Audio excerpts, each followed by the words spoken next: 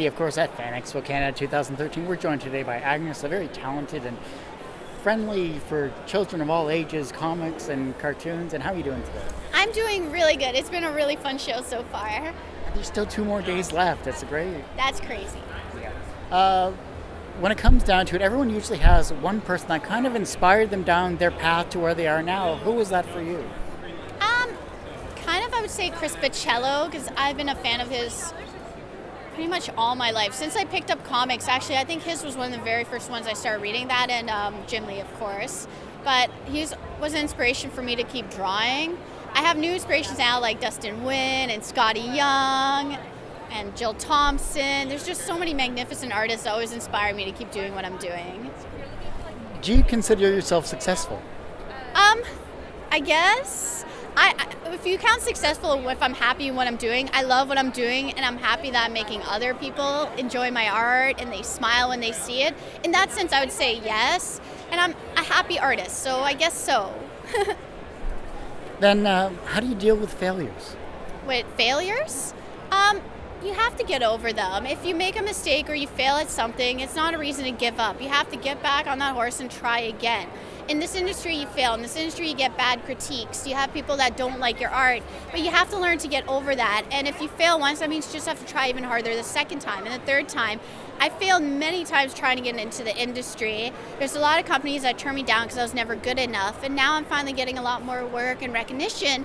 But I'm a workaholic, and I know that if I fail, I just have to try again. You know, kids are coming by, they're seeing your stuff, they're wide-eyed, and they have lots of questions, and they're really enjoying your work, and they're very inspired by it. But how can they become inspirations themselves?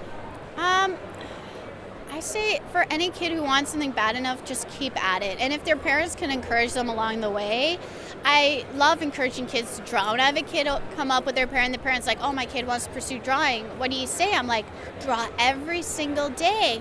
And even if you're not the best one at it, that doesn't mean anything. I've never been the best at what I do, but I love what I do. And it really shows in my art that I try my hardest in what I do. So I tell them, just keep trying. Don't strive to be the best, strive to love what you do. And, you know, where can we find all of this amazing art and artwork and more about yourself?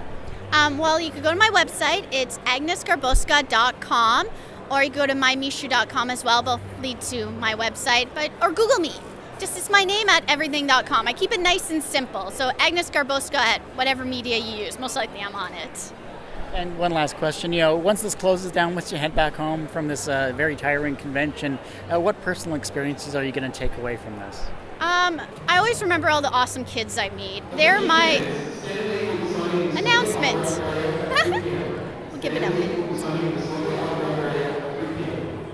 I take back all the kids I meet because their experiences in meeting me and how I hopefully inspire them to draw and their happy little faces. It's what I remember most about conventions is the fact that I came here and I know that at least leaving my table, I made someone's day to a point. And I always try to make sure anyone who visits my table leaves with a smile. They get a free sticker if I still have them. Just make everyone's day because it makes my weekend in the end.